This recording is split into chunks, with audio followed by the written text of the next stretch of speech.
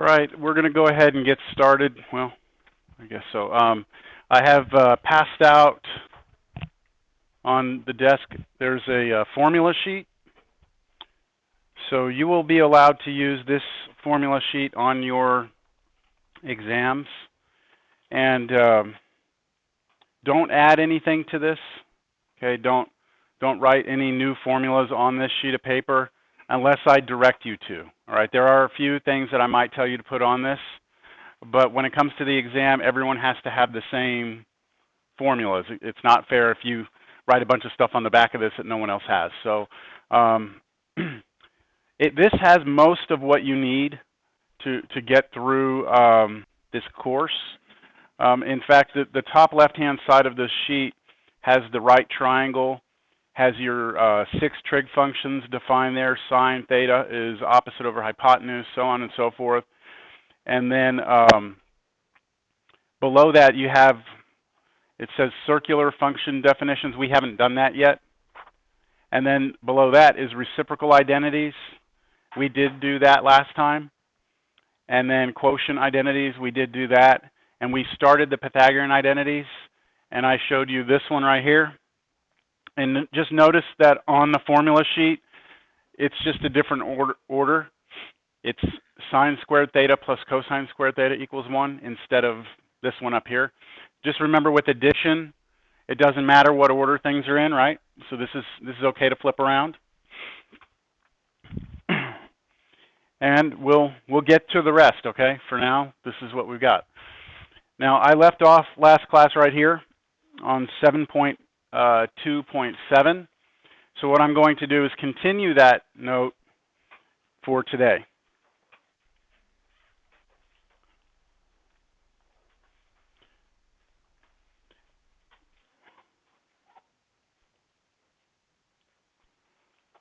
By the way, were there any questions on homework or anything like that? Anything you'd like for me to talk about? No? All right, so let me put that first Pythagorean identity up here again.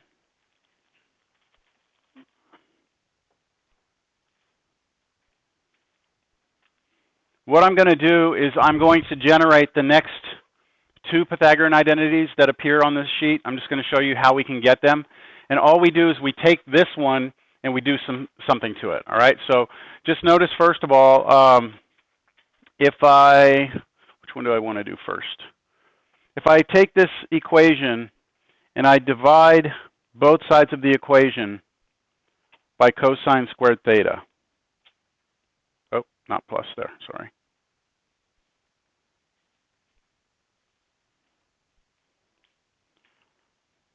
Right, I'm allowed to divide both sides of an equation by something, right?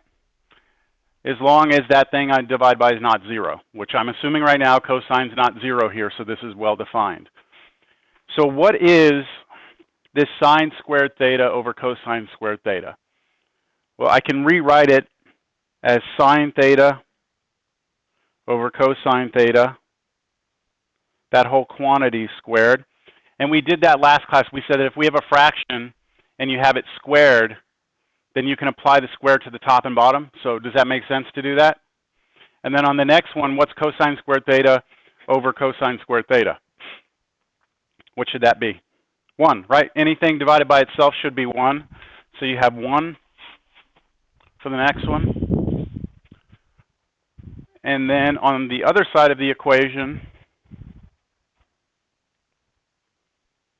I'm going to rewrite that as 1 over cosine theta, the entire thing squared. Again, using the fact that if I did square this fraction, I would square 1 to get 1, and I would square cosine theta to get cosine squared theta, right? We all good with that? Okay, what is sine theta divided by cosine theta? What's the definition of that? That's tangent theta, right? So we have tangent theta, but then I'm squaring it, right? So I can write it as tan squared theta plus 1 equals, and then 1 over cosine theta is secant theta. So I can write that as secant theta squared, or secant squared theta. And that is your second Pythagorean identity. So you see that appears on your cheat sheet? Yeah? Now, they do it a little different, right? On the cheat sheet, they put the 1 in front of the tangent squared, so they put 1 plus tangent squared theta. But again, addition can move it around, doesn't matter. And then to get the last identity, what I would do is start again with that first one. This is like the main Pythagorean identity right here. All right. You remember that one, you can get the other ones just by knowing that one. On this one, instead of dividing everything by cosine, cosine squared, I'm going to divide everything by sine squared instead. So I'm going to do this one a little faster. Divide this by sine squared theta. Divide this by sine squared theta. Divide this by sine squared theta. Sine squared theta over sine squared theta would be 1 plus, now cosine over sine, but then squaring each one, right? So cosine divided by sine is cotangent, right? That was the reciprocal identity. So that's cotangent squared theta. And then on the right side, 1 divided by sine is cosecant, but then squared. So cosecant squared theta. I believe that's the way it's written there. Yep, that's exactly the way it's written on your formula sheet. So those are your 3 Pythagorean identities. For sure, remember the first one, okay? And then the other 2, just remember where they are on your formula sheet.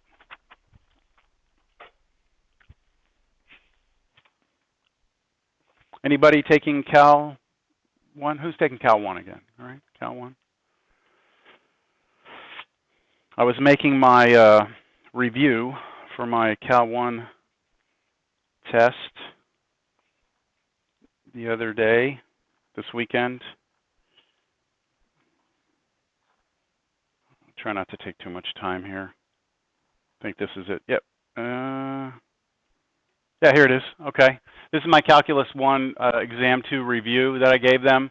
And here's the problem, and I worked it all out. And then look at, I just want to point out this step in green.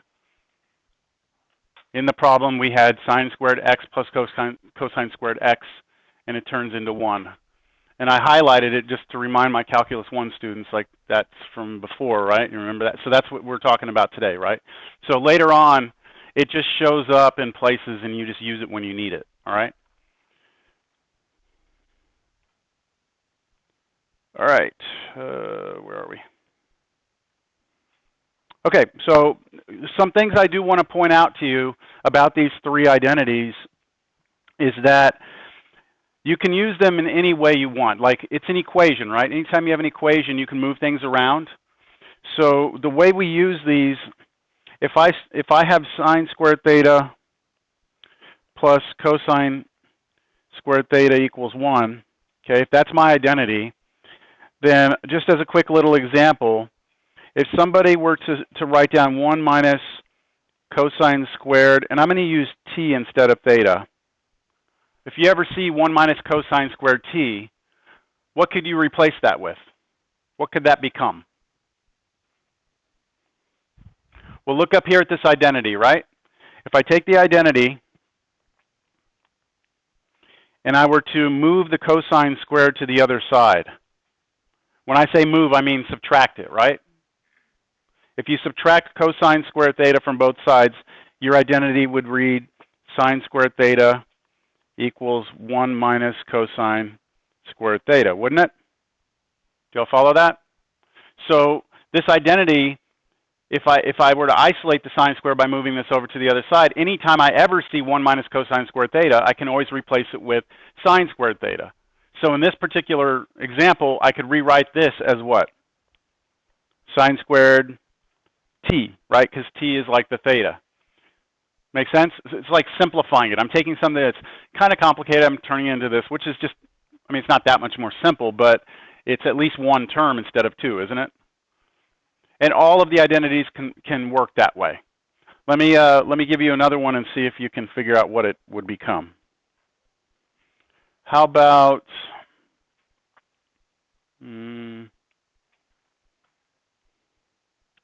what would secant squared, I'm going to put x. secant squared x. You know what? Make it negative secant squared x plus 1 be equal to.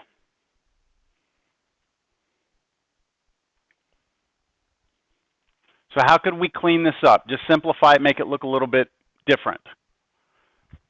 Well, let's write down the identity that we have. What identity do we have that involves secant squared? What Pythagorean identity?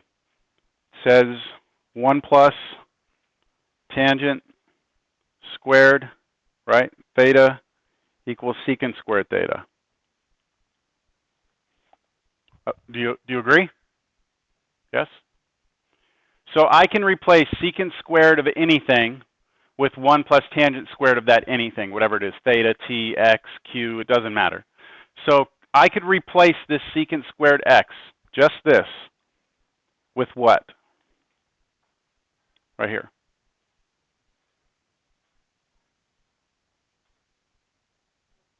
One plus tangent squared x, right?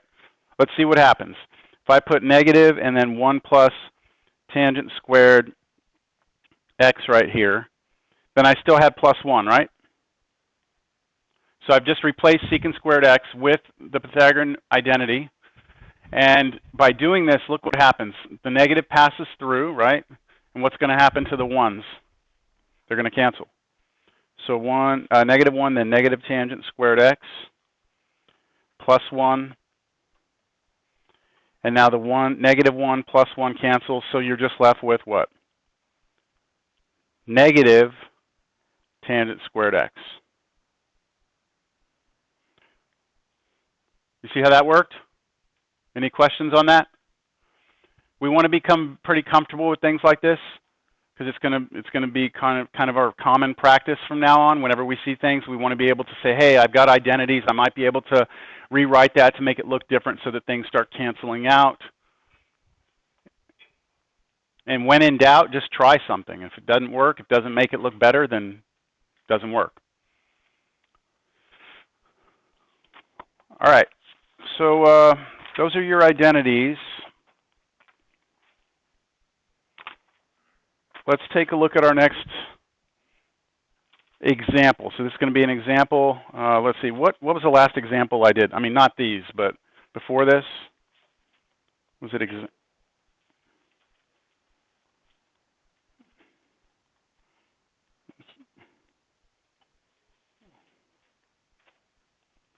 6 looks like the last thing I have here. Example 6 from last time. So I'm going to pick up and say example 7.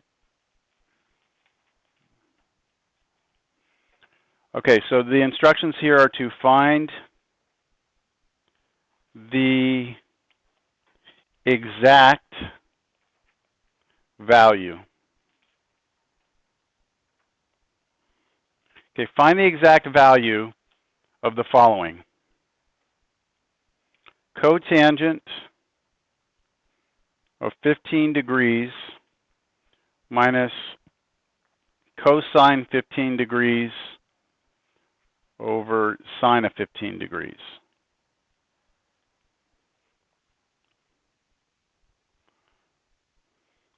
Now you could be sitting there going, well, we haven't even done anything like this because we've never had angles. Like this is an angle, right, 15 degrees. We've never actually tried to plug an angle into one of these trig functions. All we've ever done is drawn triangles, right, and try and come up with that third side and those fractions like your quiz was. So this might look a little confusing. However, what is cosine divided by sine? What's cosine of 15 degrees divided by sine of 15 degrees? What's the definition of that? It's cotangent, isn't it? So isn't this really just saying cotangent 15 degrees minus cotangent of 15 degrees again? Which would be what? 0.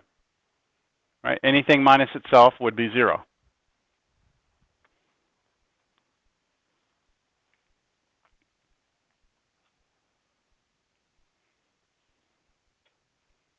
Make sense?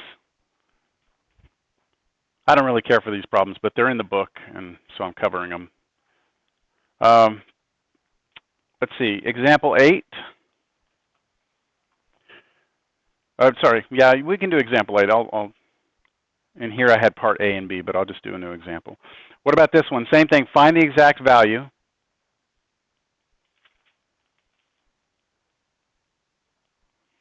of 1 divided by sine squared of 40 degrees minus cosine of 40 degrees over sine of 40 degrees.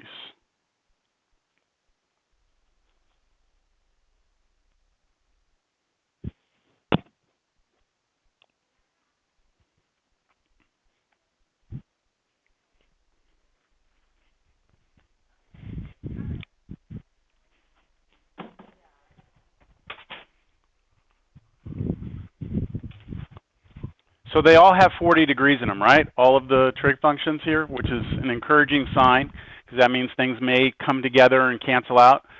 I don't know, where do you want to start? Your call. I'll let you decide. What do you want to do? Oh, you know what I forgot to put on here? The squareds. On these two right here, put squareds on them. I forgot those. Any ideas? Can we? You want to change which one to cotangent? The one on the right? Does everyone agree that cosine over sine is cotangent? And then because they're both squared, we would have to write cotangent squared, right? All right, that's fair, right? Everyone agree that's legal? Okay. So this is equal to 1 over sine squared 40 degrees minus cotangent squared 40 degrees. I'm fine with that. Now what? This one is cosecant, because 1 over sine is cosecant, right? And then we have the squared, so it's actually cosecant squared of 40 degrees. Does everyone agree with that? Okay.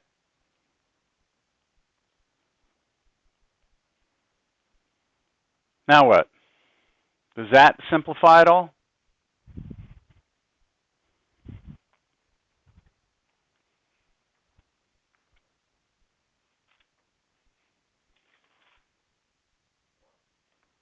Okay, how?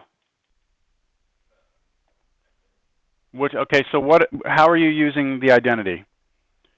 I'm trying to get you to think out loud for us, because I need...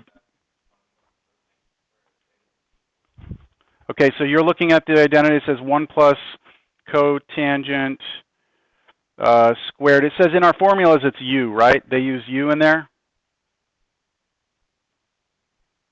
So how did you use that identity to turn this into 1? What did you see over here?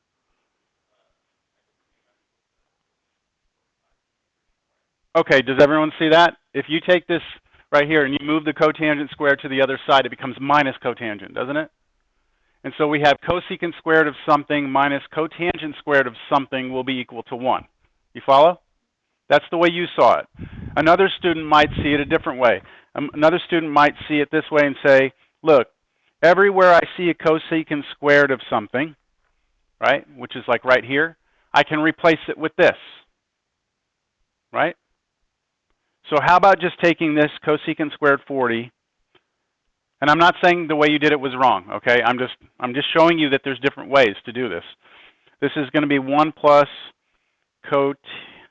cotangent squared of 40 degrees, but what we still had out here was cotangent squared of 40 degrees.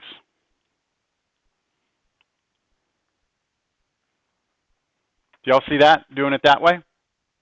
Replacing cosecant squared 40 with exactly what it should be according to the identity, and then these two cancel out. So your answer is 1.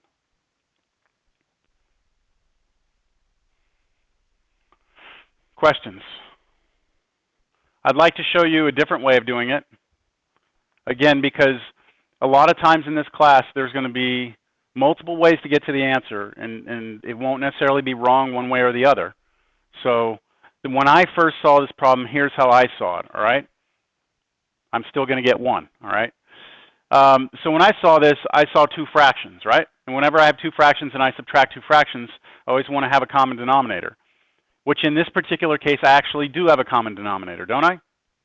So when I have a common denominator, I can rewrite this as the common denominator on the bottom, sine squared 40. And then all you do is combine the numerators together, don't you? So I would have the 1, then I'd have minus, and then cosine squared 40. But 1 minus cosine squared 40, I can use the Pythagorean identity, which is that first one. I'll put it up here. Sine squared u plus cosine squared u equals 1. If I take the the cosine squared u here to the other side, I have 1 minus cosine squared u, don't I? Take this to the other side, and then, so it would look like this. Sine squared u equals 1 minus cosine squared u. So anytime I see 1 minus cosine squared u, I can replace it with sine squared u. I have 1 minus cosine squared 40, I can replace it with sine squared 40. Thank you. You got to help me out here.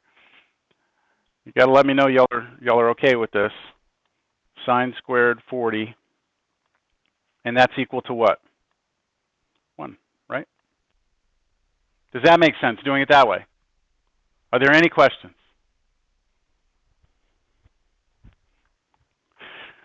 I'm trying to share some with y'all because y'all are making this a little bit of a challenge for me here.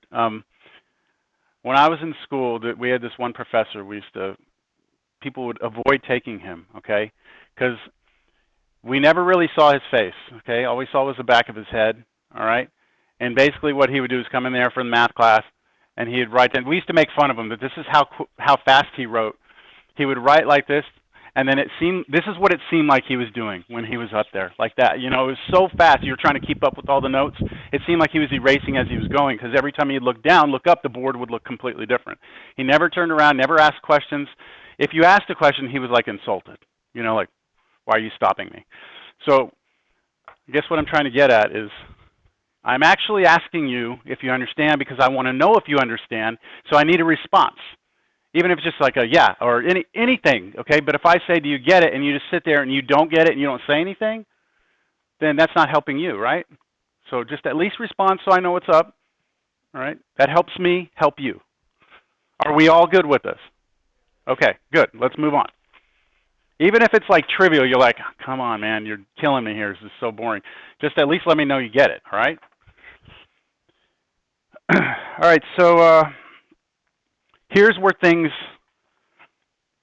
I think, if there's one thing we're going to take away from this section that definitely will appear on the test and will be kind of like the core of what this section is about, it's what I'm about to do now, all right?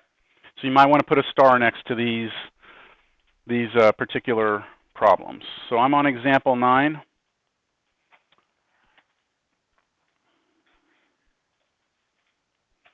Okay, if I tell you that cosine of some angle is 2/5, and I tell you that theta is acute, does that mean it's adorable? No, it's not cute. It's less than 90, right? So it's like an angle in a right triangle. I have to tell you that for you to be able to do all this. So cosine theta is 2/5. I would like for you to find all 6 trig function values. And I mean of theta. So what were the 6 trig functions? Sine theta, cosine theta, tangent theta, cosecant theta, secant theta, cotangent theta, right? That's all 6. I want us to find all 6 for this particular situation. And believe it or not, I've given you enough information for you to do that. All right? So the way we're going to do this is we're going to go back to where the whole definition of the trig function came from, which was a right triangle. I'm going to draw this right triangle. From that right triangle, we're going to get everything. Whenever we draw right triangles, to try and help us solve a problem, we call this creating a reference triangle. It's something that we can work off of, all right, to help us.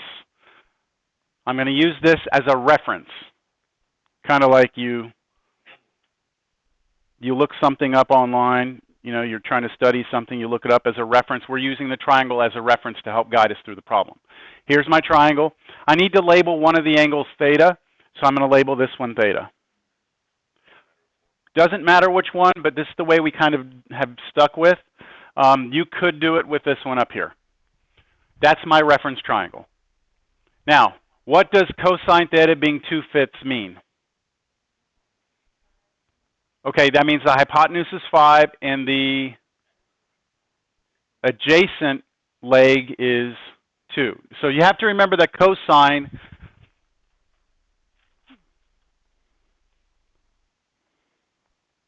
I don't know if you bought into this or not. SOHCAHTOA, ka was adjacent over hypotenuse. So we know that cosine here, that side should be adjacent, this side should be hypotenuse, right? And I'll even just label it up there. This is my adjacent side, this is my hypotenuse. So I can just draw my triangle to have an adjacent side of 2 and then a hypotenuse of 5. Now, the reason I've done this is because to get the other trig functions, at some point I'm going to need to know what the opposite side is, right? And we already did last class, once you know 2 sides of a right triangle, you can get the third. So before I go try to find all 6, let me just get the full triangle, you know, written out, and then once you have the triangle, just knock off all the trig functions, okay? So how do I find that side over there? I use the original Pythagorean identity, which was a squared plus b squared is c squared. So I'm going to rewrite this as 2 squared plus, how about we call that side b? Oh, b. Squared must equal c squared.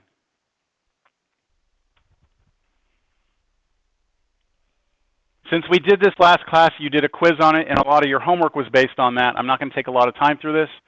We would get b is equal to what? As an exact value, not a decimal.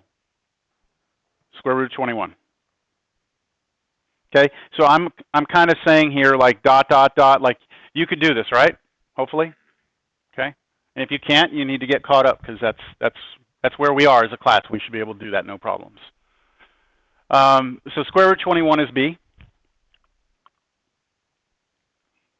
And now we're going to spit out all 6 trig functions. We already have one of them, don't we? I mean, one of them was given to us in the problem, so you shouldn't get that one wrong, right? But the rest, you gotta hope that that square root 21 is right. All right, so sine theta, cosine theta, tangent theta. I like to write them like this: cosecant theta, secant theta, cotangent theta. Okay, you write those out real quick. I'm going to excuse myself real quick. I made an appointment for my daughter a month ago that I planned on going to this morning. And obviously, because of what happened, I took over this class. I couldn't be at her appointment, so my parents are there. I have 5 text messages in the last 10 minutes. So let me go check this real quick. All right? And you just fill this out real fast? I just want to make sure everything's okay.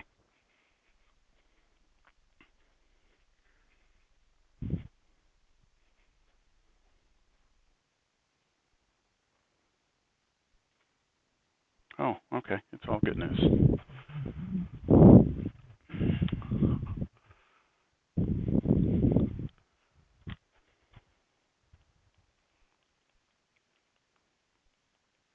Who's done? Okay.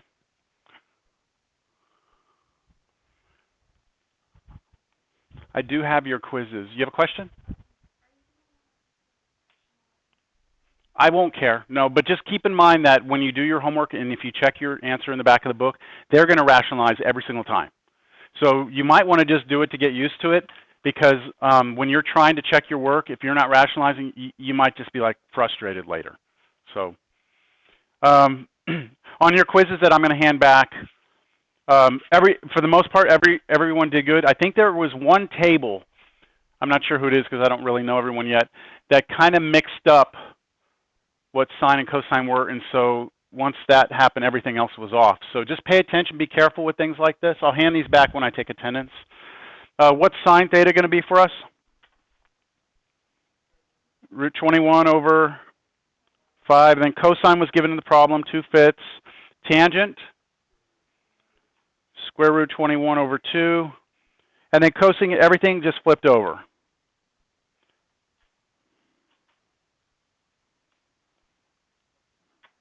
Now, as far as rationalizing, like was asked by Danielle, right? Yes? Okay. So if this is correct, I would accept this on a test, but if I'm going to rationalize, this would be 5 root 21 over 21. This one doesn't have to be rationalized. This one would be 2 root 21 over 21. And all we're doing there is multiplying the top and bottom here by root 21, top and bottom by root 21. Okay, that's it. Make sense? All right, good. Now, let's do another example. Example 10.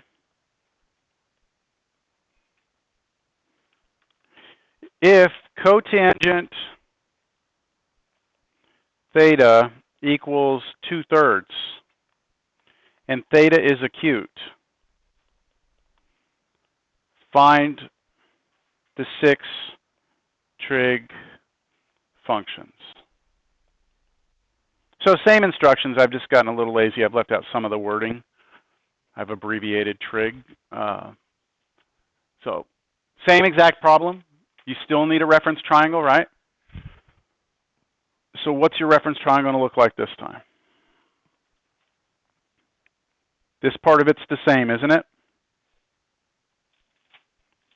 That should be the same for all reference triangles. Just draw your triangle out. It's just a question of what sides do we have. So cotangent is, how are you going to figure out what this is? Oh, you can do it right off of this, can't you? It's what? Adjacent over opposite. So I know that the 2 is my adjacent, and the opposite side is 3. Once I have that, I can get my third side. 2 squared plus 3 squared must be, I'll call it c squared.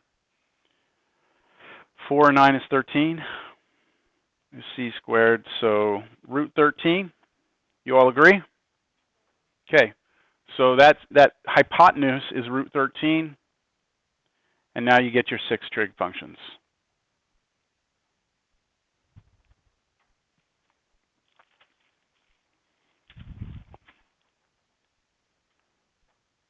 Sine theta would be 3 over root 13, sorry. Cosine theta would be 2 over root 13. Tangent would be 3 over 2, okay. And then just all the reciprocals. Now, it's not necessarily a bad thing to have to go to your formula sheet all the time at this point, all right?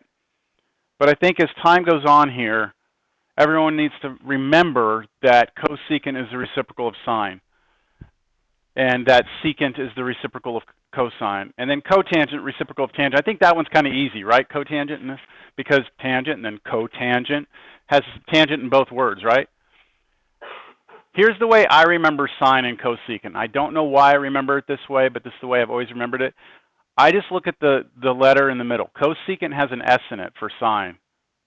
And then this one doesn't have anything. I don't know why. It's just always, that's the way I remembered it. It doesn't make any sense at all. But I know that the reciprocal of sine has S in the middle, cosecant.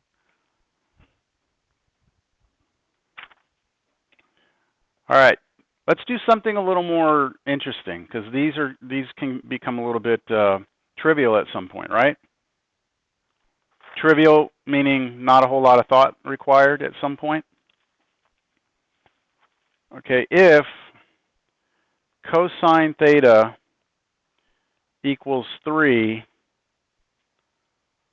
theta acute, find the 6 trig functions.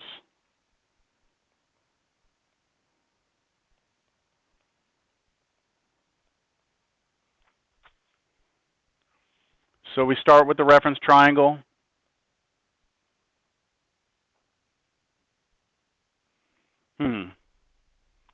Cosine theta equals 3 means what?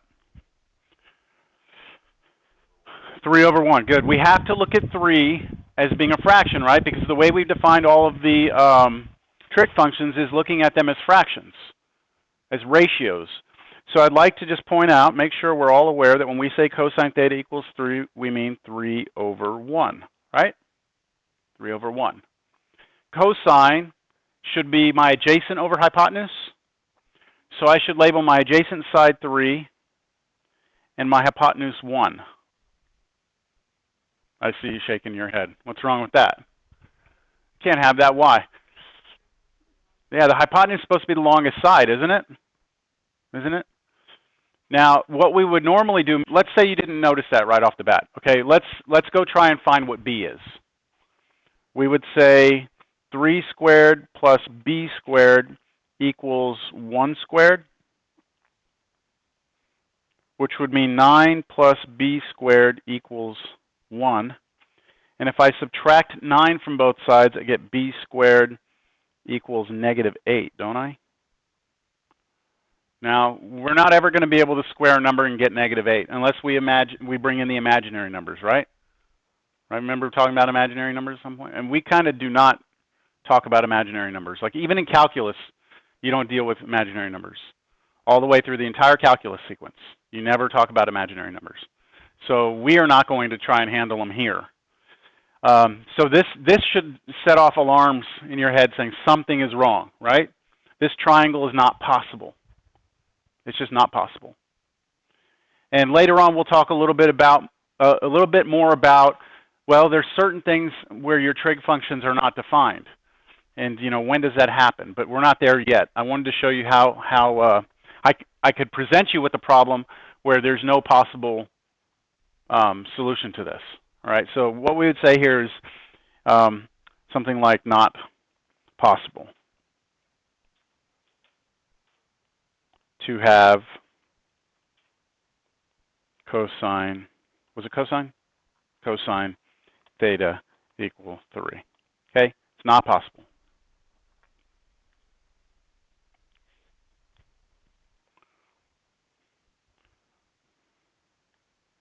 Last example, we'll be done with this section.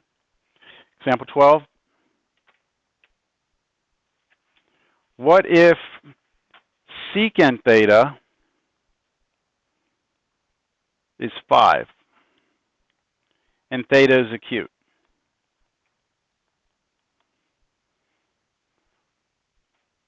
So same thing here, right? Because it's 5, I can say 5 over 1, yes.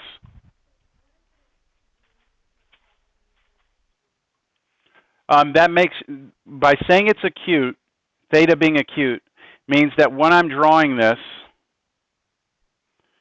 I'm promising you that this angle in here is less than 90.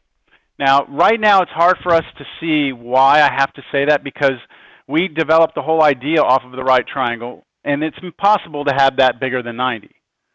If this is 90, you can't have this one be bigger than 90. However, where we're headed, we're going to be able to do secant theta of equals 5, and theta will not be acute.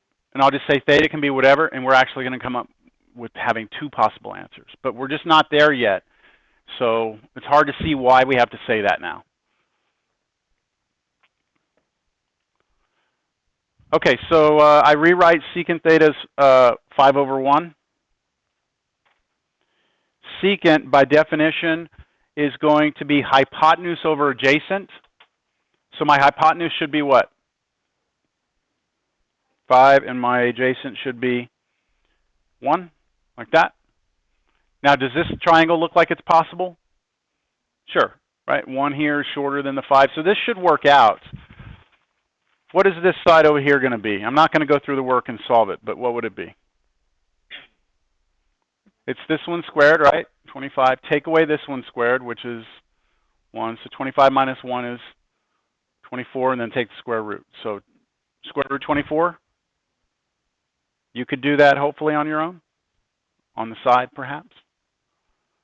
And now we should be able to get all 6 off that. I don't think I'm going to work this one out. Okay, you get the rest. The main point of this problem was for you to make sure you understand that you turn 5 into a fraction, and then you can still do your triangle. All right, that does it for 7.2. We did not. We were supposed to finish that last time. We didn't.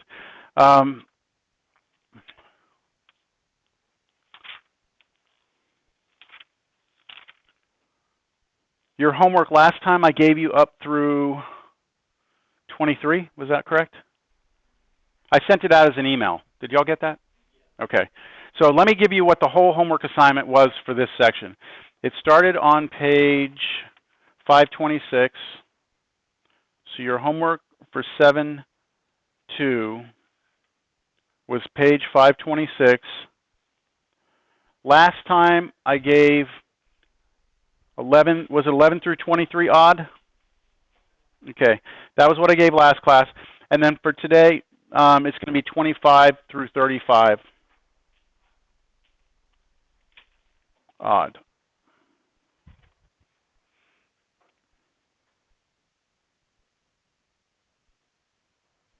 $39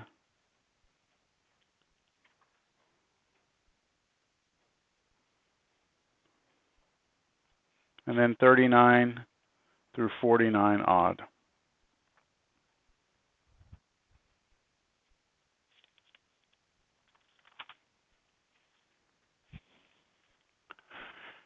We good? So the new stuff, if you did the homework already for last time, this is the new stuff right here. That other stuff's been done. All right, let's move on to 7.3.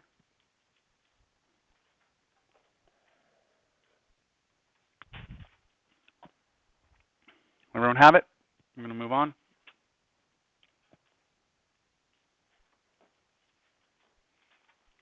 Computing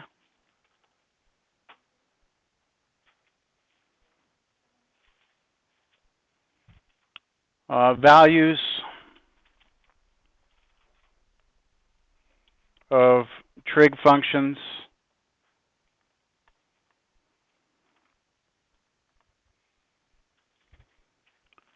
of acute angles. And I will stress again, we are only talking about acute angles today.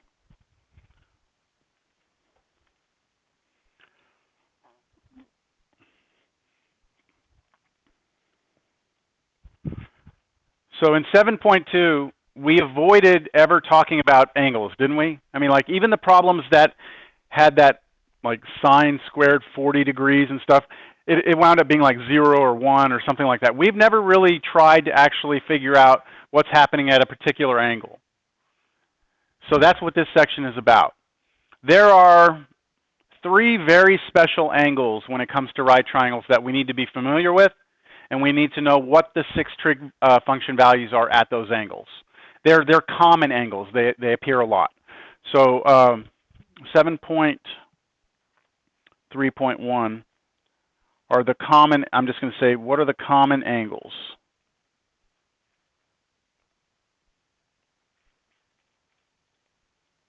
All right. The first common angle, I'll say A, 30 degrees. The next one, 45 degrees. And the last one, 60 degrees. Those are all acute angles. And they appear a lot. So we need to be very familiar with what happens at these. What are the trig values at these particular angles? Now, if we look at triangles, right? Well, let's look at 90 degrees first over here. This is what 90 degrees looks like, right? If I cut 90 degrees in half, then that would be a 45-degree angle, right? So that would be this angle. This would be 45 degrees. It would go from here to here. If I take a 90-degree angle and I cut it into 3 equal sections like this, then it would be, what, 30 here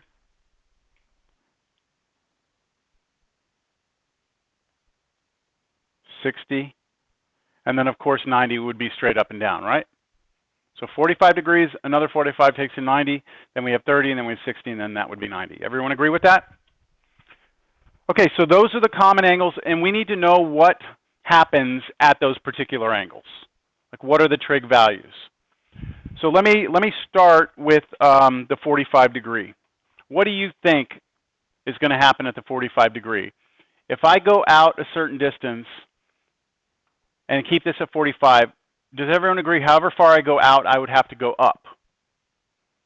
So the two legs would have to have the same length? Do y'all buy that? Okay. So we're going to focus right now on the 45 degree, and then we'll get to the 30 and 60.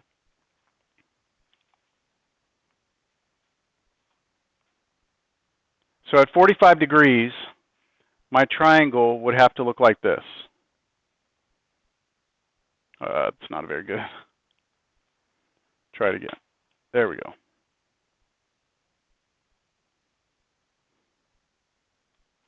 So if this is 45 degrees, then whatever this length is, A, this length over here also would have to be A, wouldn't it? They'd have to be the same. Do y'all buy that? Yes? Okay, so then what would our hypotenuse be?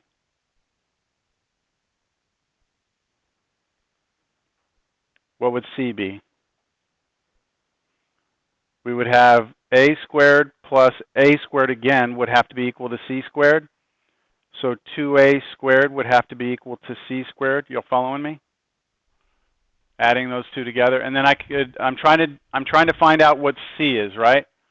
So I take the square root on both sides, and I would get the square root of 2A squared equals C.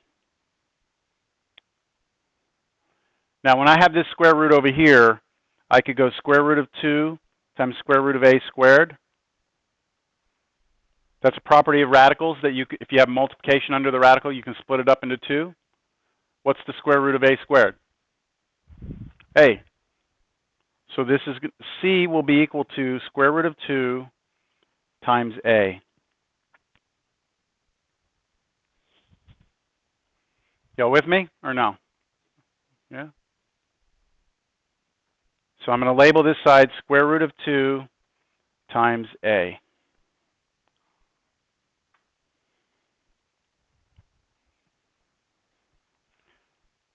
So now tell me, what are the 6 trig values off this triangle? What are the 6 trig values? And the angle we're using is 45 degrees, right? That's our theta.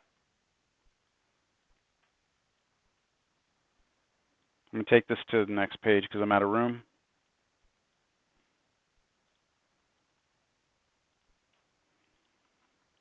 Okay, what would sine of, now I'm not going to say theta because I know the angle, right? 45. What's sine of 45 degrees? Sine is opposite, right, over hypotenuse. So what is A over root 2A? A over root 2A. Well, wouldn't the A's cancel there? And you would have a 1 on top, 1 over the square root of 2. And if I rationalize the denominator, multiply the top and bottom by square root of 2, I'd be left with root 2 divided by 2.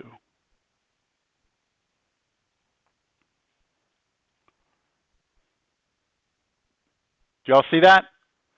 So if I have a 45 degree angle for my right triangle, the sine of 45 degrees is always the same number, regardless of the triangle. As long as the triangle has a 45, right? As long as this is 45, these two sides will always be the same. This side will always be root 2 times A. And when you do the actual computation of sine opposite over hypotenuse, the A's will always cancel, and you'll always get square root of 2 over 2. Always, always, always for sine of 45 degrees. So the actual value of the sine function at 45 degrees is independent of the actual triangle. Does that make sense?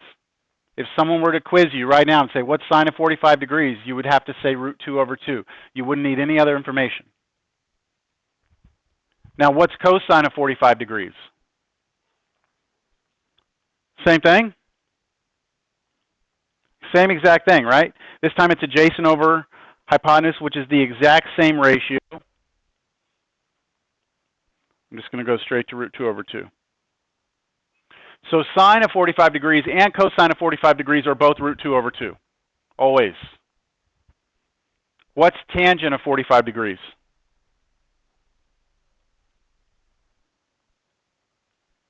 Yeah, tangent is your opposite over your adjacent. Opposite over adjacent, A over A is 1. Tangent of 45 degrees is always 1. And then we need the reciprocals, all right, to get all the rest. So watch how I'm going to do this. Cosecant 45 degrees is the reciprocal of sine of 45, right? And I'm actually going to take the reciprocal of this one that I highlighted because it's easier. What's the reciprocal of 1 over the square root of 2? Just square root of 2. So I should get square root of 2 here. What about secant 45 degrees? Same thing, root 2. And then what about cotangent of 45 degrees? What's the reciprocal of 1? 1. So we have all 6 trig function values.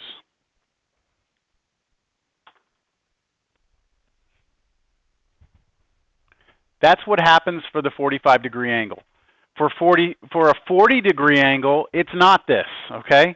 But since this angle comes up so much, these values we should know, and we should assign them somehow to our memory. But later on, there will be an easier way to remember these. Some instructors are real big on giving students like a list of the 6 trig functions and then all the common values and making a table and memorizing the table and giving you like a test or a quiz where you have to fill out the table. I'm not big on memorization like that. I like other ways of doing things like that. So to memorize these, we're going to use the unit circle. We're just not to the unit circle yet. So for now, try and remember as much as you can what these values are, all right? All right, that's 45 degrees. Now, before I move on to the next 2 angles, let's see how much you remember about radians. What's a radian like? How is it connected to angles, like degrees and stuff? Now, this is stuff you covered before I got here. So you were told, hopefully at some point, that if you look at an angle that goes all the way around, that's how many degrees? All the way around is 360. The book talks about where that came from. Did y'all talk about where that came from? No. It's in one of the margins, I think, of your book. But it talks about the 360 degrees came off of, I believe, Mayan calendar or something. There's 360 days or something like that in a certain calendar back way back when. And so that's the number they chose to cut up the circle, 360. So 360 degrees is the measurement of the angle that rotates all the way around. Okay, and then in terms of radians, what's all the way around? 2 pi. So this is equivalent to 2 pi rads. Now, was it explained to you that you do not have to put rads if you're talking about an angle? You can just leave it 2 pi, and that's understood that it's radians. But if you put 360 and you're talking about degrees, you must put the degree symbol. If you leave off the degree symbol, then you're really saying 360 radians. So the degree has to be there if that's what you're referring to. Okay, if 360 is 2 pi radians, then 180 degrees would be half of that, right? So that would be pi radians. What I'm getting at is how many radians is 45 degrees?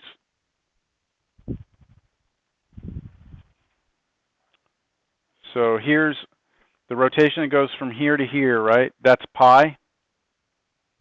A half rotation is pi. All the way around was 2 pi, right? All the way around was 2 pi. Halfway is pi. Straight up like this, 90 degrees, is the same as what? Pi over 2,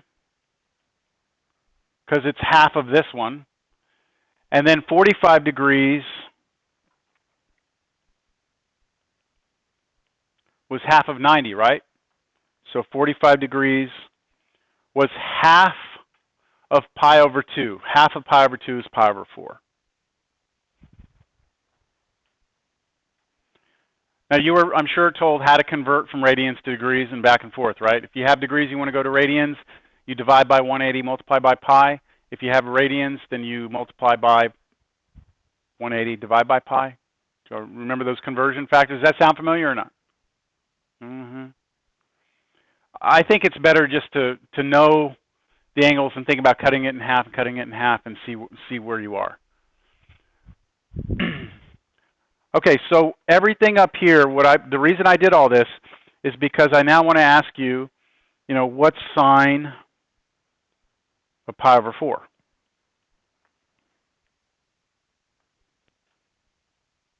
What is it? That's sine of 45 degrees. What's sine of 45 degrees? Root 2 over 2. Okay, cosine of pi over 4? Root 2 over 2. Tangent of pi over 4? 1. So I'm asking you the exact same question, right? I'm really saying what's sine of 45 degrees, cosine of 45 degrees, tangent of 45 degrees. I'm just writing it in radians instead. But you should be comfortable with both radians and degrees. In fact, for those of you who do go on and do more calculus and stuff, we just throw degrees out the window at some point. We just don't use it. I mean, it's used, but it's just, most of the time, we're in radians. Most of the time. 95% of the time, we're in radians. So I know everyone is more comfortable with degrees because, it's what we use in the real world a lot, but the radians should be something that becomes more familiar to you now. And then all the others, cosecant, secant, cotangent, are just the reciprocals, right? Okay, ... I'm not going to finish that. Now, let's talk about 30 degrees. 733.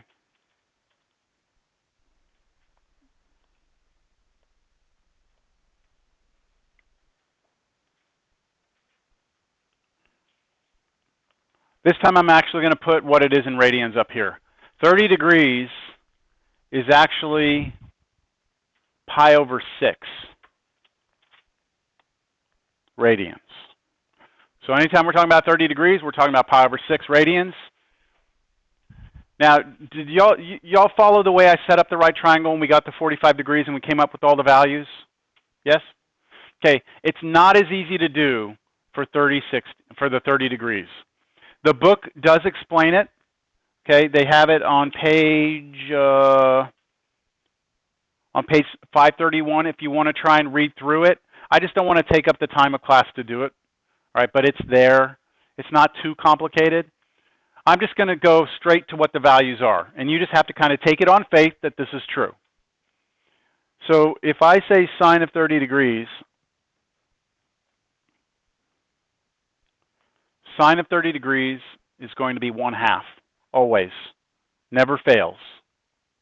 It's always going to be 1/2. Cosine of 30 degrees is the square root of 3 over 2, always.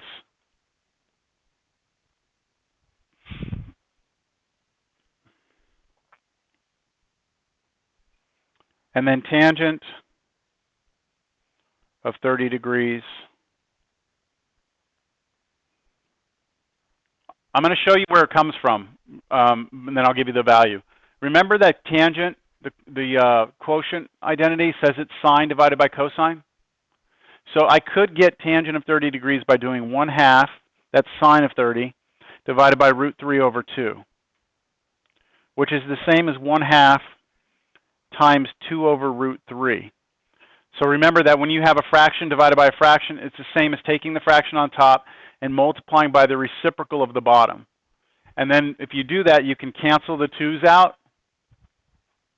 and you get 1 over root 3. And then rationalizing the denominator, you get root 3 over 3.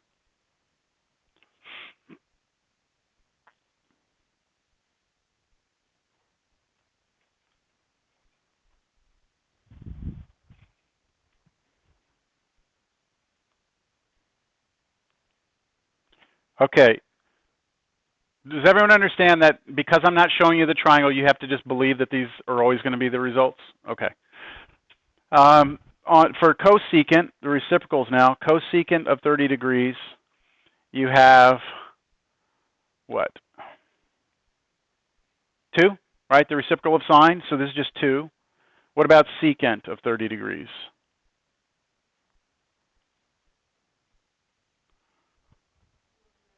It's 2 over radical 3, which you could rationalize to root 3 over 3.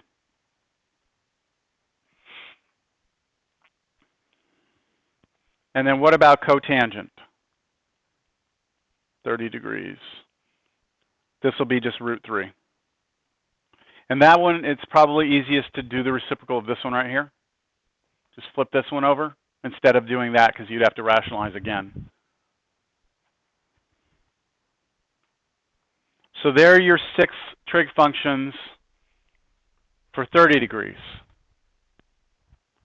So now that's 12 different values we are supposed to know, right? All 6 for sine of 40, all 6 for 45 degrees. We need to know all 6 for 30 degrees, and then we need to know all 6 for 60 degrees. So let's do 60 degrees now. Now 60 degrees in radians is pi over 3. And these, again, I'm not going to show. Sine of 60 degrees is root 3 over 2. Cosine of 60 degrees is 1/2. Does that look familiar? Isn't that very close to what we had up here? Look at, for 30 degrees, sine was 1/2, and cosine was root 3 over 2. For 60 degrees, it's opposite. The sine is actually the root 3 over 2, and the cosine is the 1/2. And then to get tangent,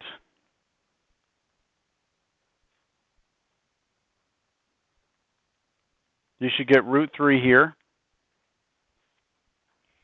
I'm not showing the work.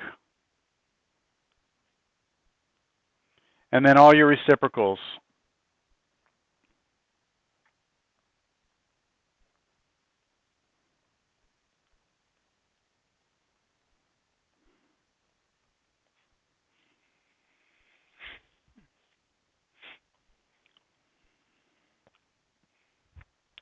So if I reciprocate sine, what would I get there to get cosecant?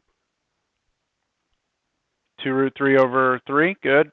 And then reciprocate cosine, 2. And then this one, root 3 over 3.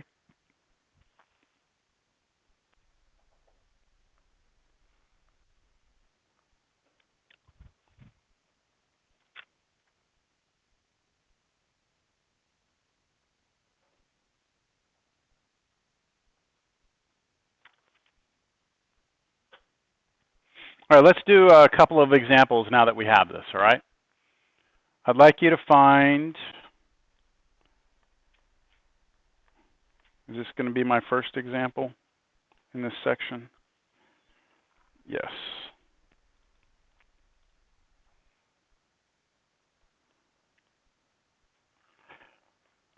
Find the exact value.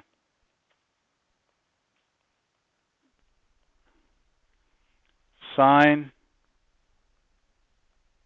pi over 6 cosine pi over 4 minus tangent squared pi over 3.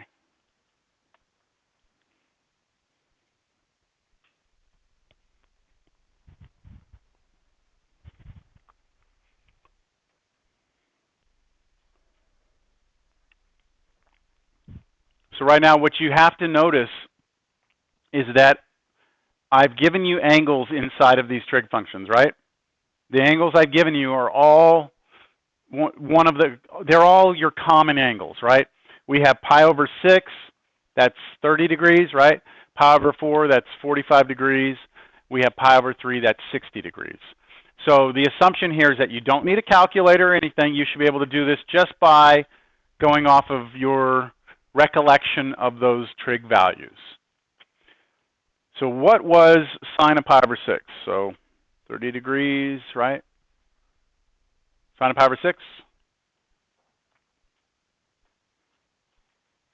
That's right. Don't be shy.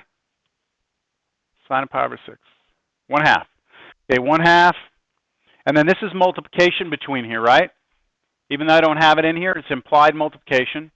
So times, what's cosine of pi over 4? That's root 2 over 2. Then minus over here. All right, this is important. Tangent squared of pi over 3. Remember what we said about the squared. The squared means you square after you do the tangent, right? You do the tangent first, then you square the answer. So what is tangent of pi over 3? Is it root 3? Yes, everyone agree? But then I'm going to square it.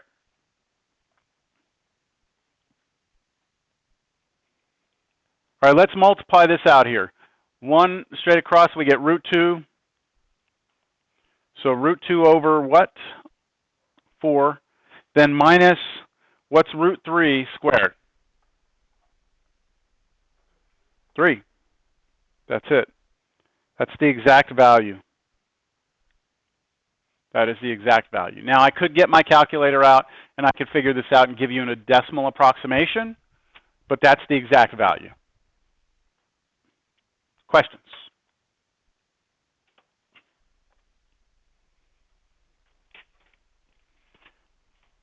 Now, what if we have something a little more interesting, like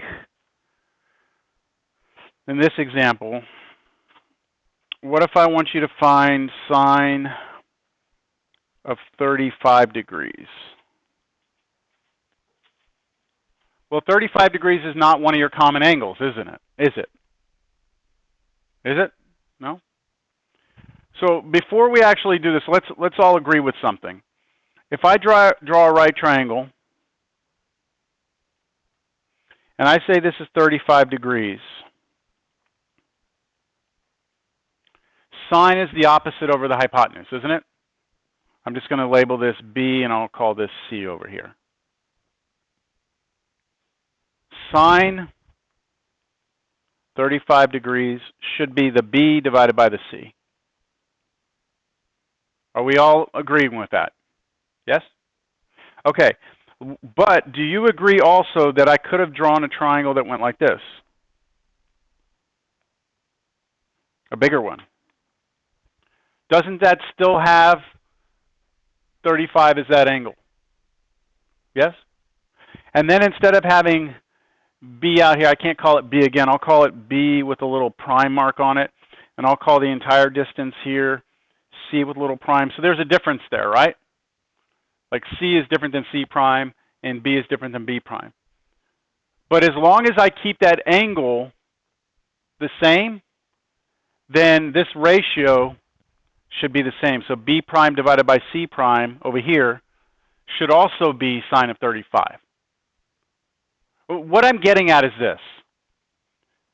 When we did 45 degrees, we said that, look, sine of 45 degrees would always be root 2 over 2, regardless, right? Always. Sine of 45 is root 2 over 2. Well, sine of 35 is always going to be something. No matter what the triangle looks like, as long as the angle is 35, we should always get the same answer no matter what whenever we say 35 degrees. But since it's not one of our common angles, we don't want to remember it, do we? Because then someone could come in here and say, what about 34 degrees, right? Okay, what about 33 degrees? We don't have enough time to memorize that much stuff, do we? Well, fortunately, we have calculators. And calculators can get the values of sine and cosine and tangent and cotangent and cosecant and secant at any angle. So we have to at some point concede to the idea that we'll need our calculator for certain problems. But for the common angles, you should not need your calculator. Okay, so like when I'm in a Cal 1 class and we're doing a problem in Cal 1, I say, okay, we're doing this problem, blah, blah, blah, we need cosine of 45 degrees. And I see people go reach in their bag and they're like, cosine of 45 degrees, you say? And I'm thinking to myself, this student did not learn the values of the trig functions well enough. That's what that says to me. Because cosine of 45 degrees at the end of this class should be automatic. Root 2 over 2 is what it should be. All right, so you pick this up, you pick out your calculator when it's something like sine of 35 degrees. That's when you go to this. All right, understand what I'm getting at here? Okay, so everyone get your calculator out. And let's practice getting some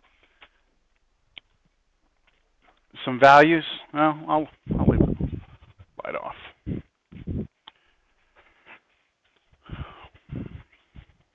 If you don't have your calculator, you need to bring it. All right, the first thing we need to do when we're saying sine of 45 degrees, or wait, no, sine of 35,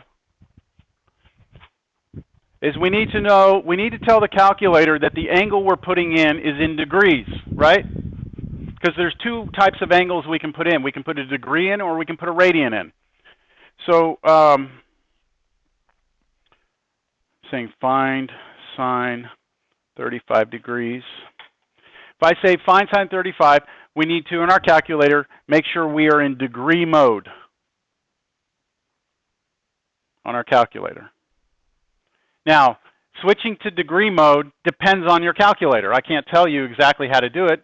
So why don't you look around and see if you can figure out degree mode. And if you can't, just raise your hand real quick and I'll come by. Anybody that has our calculator not know how to put it in degree mode? Okay. Let's see here.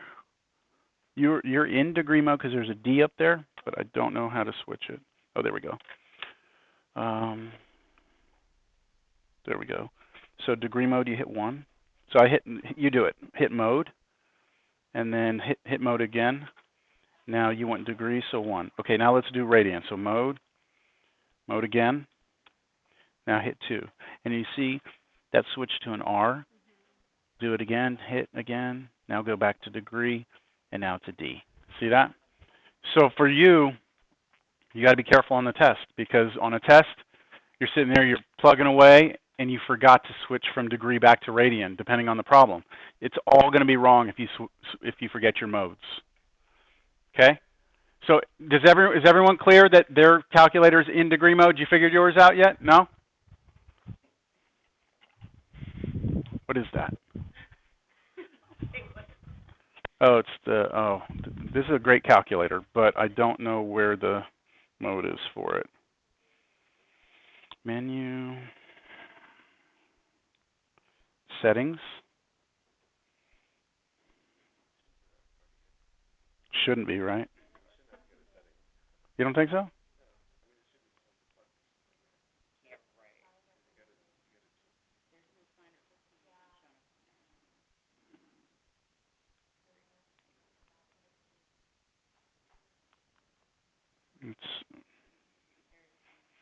Yeah, you know what? Look it up. I'll help you afterward. Those things are getting too complicated now. You should just be able to tell it, right? Degree mode, and should switch. That day will come. Yeah. All right. So making sure everyone's in degree mode. Now let's go ahead and find your sine function on your calculator and try and evaluate sine of 35 degrees. And I'm getting an answer of 0.57356. That's where my calculator stopped. Anybody else get something close to that? Yes? Yours goes out further? That's fine. Anyone not getting this? Okay, that's it.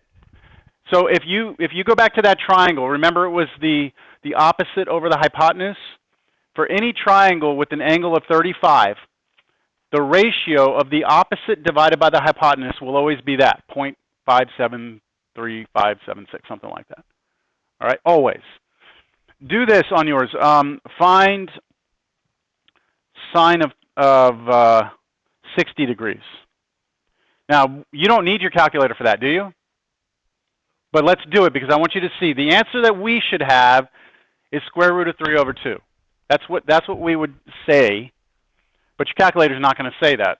Well, some of the calculators might, but most of them won't. Most of them are going to say what? So approximately 0.866025, something close to that.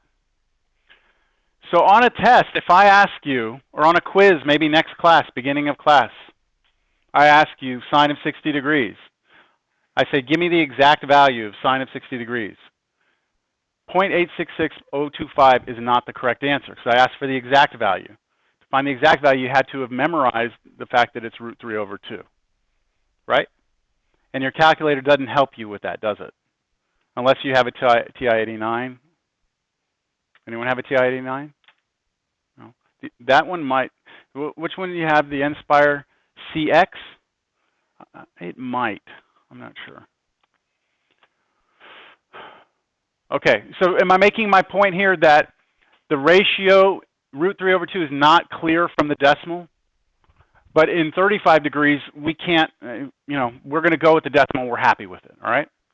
Let's try something else. Find cosine of 3 degrees.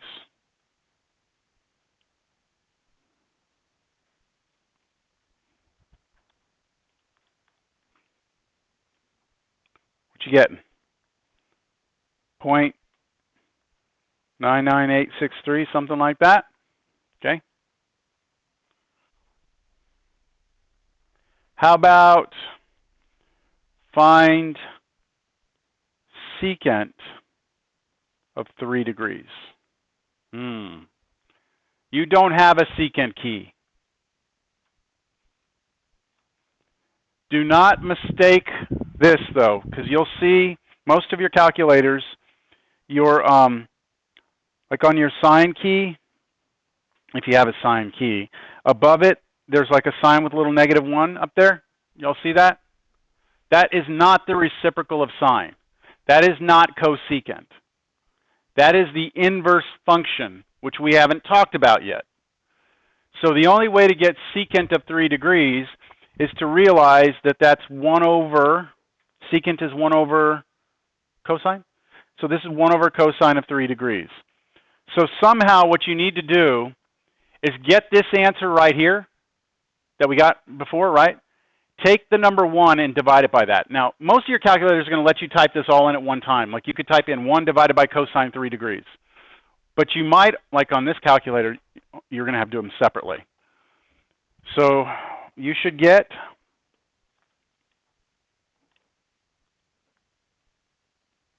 1.001737 or something. Approximately 1.00137.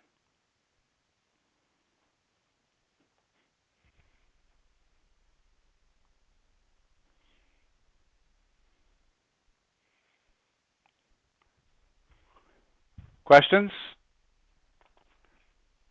Find tangent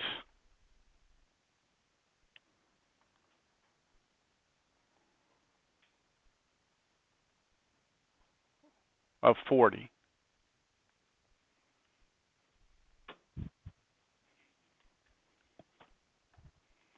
Do you have a tangent key? You should have a tangent key. If you have sine and cosine, you'll have a tangent key.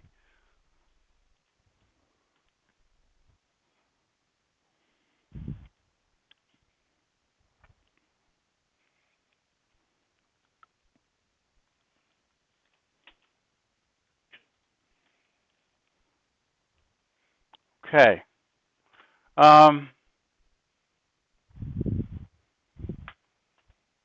Any volunteers? Anybody feel real good about their answer here? Real good?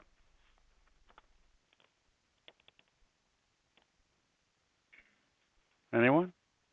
Go ahead. 0.8391? Okay. Oh, okay, mine rounded 4 to. Anyone agree? Anyone disagree? That's right. It's not in degrees. That wasn't a mistake. I did that on purpose. I didn't put degrees, did I? This is supposed to be a lesson, okay, because this is what's going to get you on the test, possibly. I didn't put degrees. If I don't put degrees, it's radians, and I don't have to put rads out here. That's the big thing about rads. You don't have to have something that tells you it's a rad. It's just if there's not a degree, it's rads. Okay, it's radians. So you had to switch your calculator over to radians and then try tangent of 40. And you should have got negative 1.11721. You were in radians. That's one of the common things as a pre-cal student, is just keeping track of what mode you're in. The calculator is a great tool, but you know, it's like bringing a hammer for a screw. It's not going to work. Well, I guess you could hammer a screw in, but it would be a mess, wouldn't it?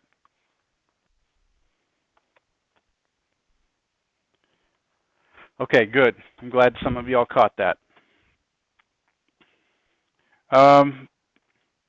Now, we have about 20 minutes left. I think we have enough time to talk about some good stuff now, all right?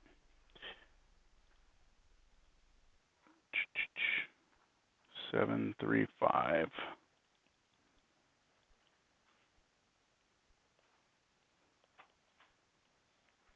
Angle of elevation / depression.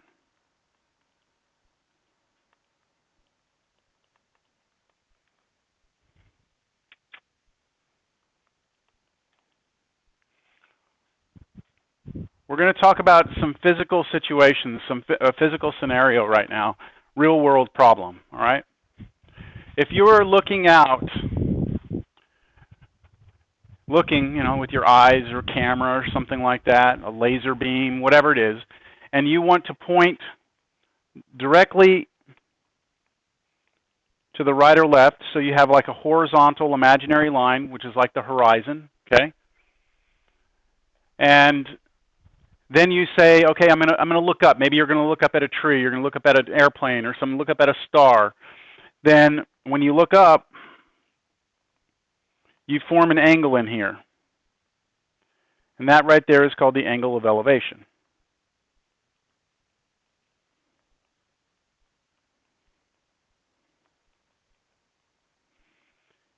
And then, if you were to look down, doesn't have to be the same angle. This is just so you understand what each one of these things are. This is called your angle of depression.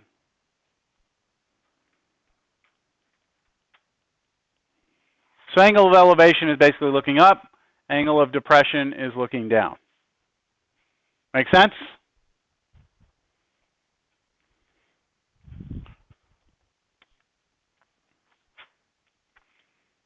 Questions? All right. Example.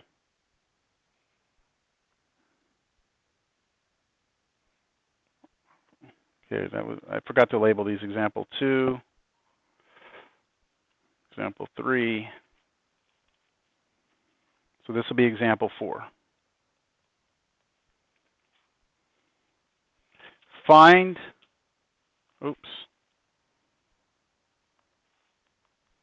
height of a building.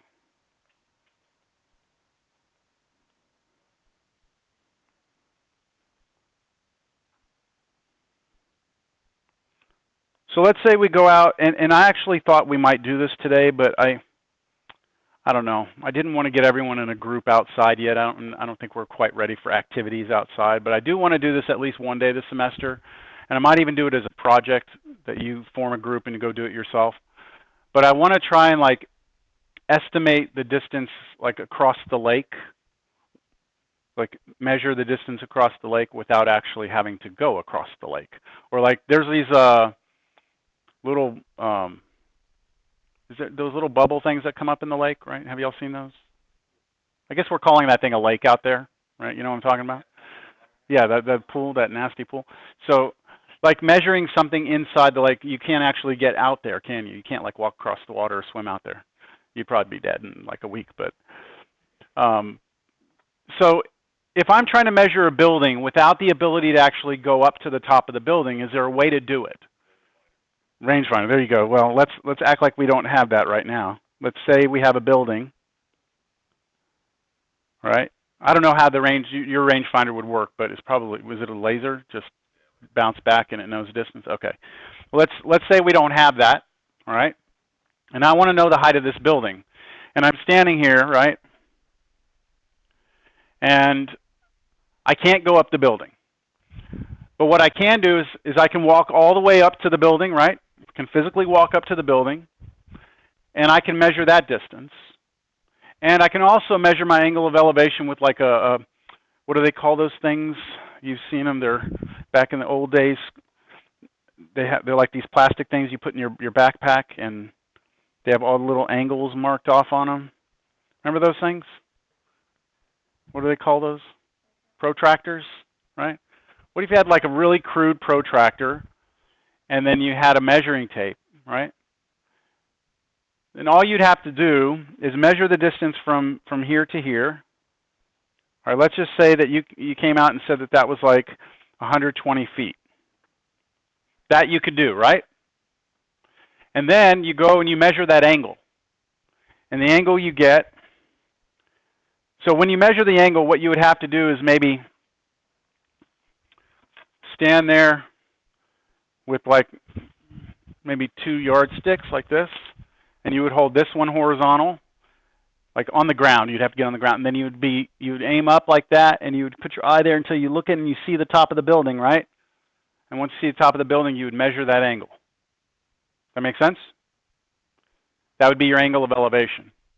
So let's just say we did that, and it came out to be like, is the best we could do. We got 23 degrees.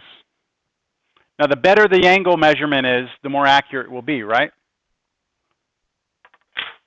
Then can you tell me the height of the building? Well, what we know is that this is a right triangle, as long as we can assume the building is straight up, which is close enough, right? This is a right triangle. We have on this right triangle an angle, right, in one of the sides, and we want to know this side, correct? So I'm going to draw this on a new page. I have this situation, 23 degrees, 120 here, and I'd like to know this side, which is B, right? I'd like to know what B is. Now, I cannot use Pythagorean identity because Pythagorean isn't really going to give me anything here. I want to know what B is. I don't want to know what that hypotenuse is. So what trig function do you know connects an angle to its opposite and adjacent sides? What trig function? Tangent. Yes? So could we say this, that the tangent of 23 degrees must be equal to the B divided by 120? Do you all agree with that statement? Yes? And if I want to know what B is, then all I'd have to do is clear out the 120 on the right side. So how about we multiply both sides by 120? We would get 120 times tangent 23 degrees equals B. You agree with that? This is all a calculator problem now. Right? I need to do tangent 23 on my calculator, multiply it by 120. And I need to make sure I'm in what mode? Degree mode, right? I had switched to radian just a second ago, so I need to make sure I go back to degree.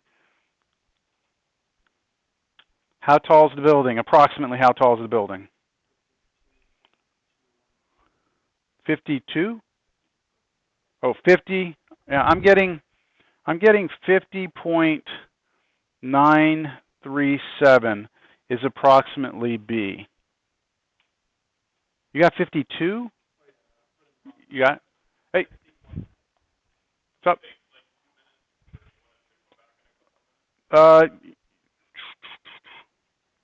We're right at the end of a problem, so let me just make sure. Is everyone okay with this? Okay. All right. We've got some guests, so.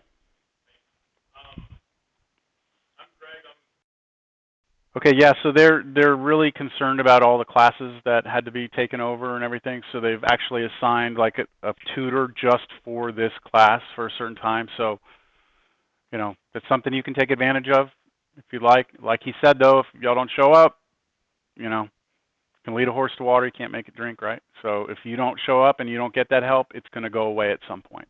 So I would say just go over there if you don't have class after this. Get a group together, go over there, do your homework over there, and, you know, just have that person there to help you out. Okay, this is actually a very, very big deal, what we've accomplished here today, even though it kind of seems like we haven't accomplished a whole lot maybe. We actually have ways of measuring distances or measuring, distance or the length of something without actually having to physically be there. All we have to know is something about an angle and then one measurement that we might be able to get a little easier. An example that we can do would be something like, I'm just going to draw so we don't have to write this down. Let's say I'm standing on one side of a river. Okay, so here's my river flowing this way. We're looking from the top, okay? I've got this building over here, and I want to know the distance to a building straight across from me. So building A, building B, I want to know that distance, but I can't actually get over there, right? The water is crazy rapids. You just can't get to that building. So, but I want to know how long it is because eventually I'd like to build a bridge. I need to know how much material I'm going to need, whatever. So I need to know the distance. Well, all I need to be able to do is connect a point like this, draw a line. Now I'm on this side of the river. I can measure that length, right? And then I'm trying to figure out the length straight across. So now I have my right triangle, right? And here's my hypotenuse. Yes? If I can measure this angle in here, theta, and I know this side over here, which I'll call A, and I want to know B, then as long as I can measure the angle in that side, I'll know what B is, right? Using my calculator. I'll never have to actually go across to measure that. That's kind of a big deal, right? I mean, that's how we measure distances to a lot of things, planets and things like that. I mean, it's just you use angles to figure out how far something is if you can't actually be there. So it's a big deal today. Let me look at the homework. I need to take attendance. 7-3.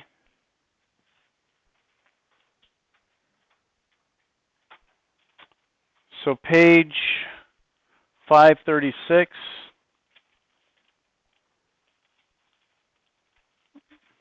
This is homework, sorry, for 7-3. Page 536.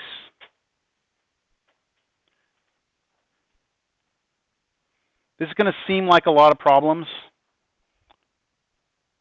but a lot of them are calculator problems, 1 through 45 odd.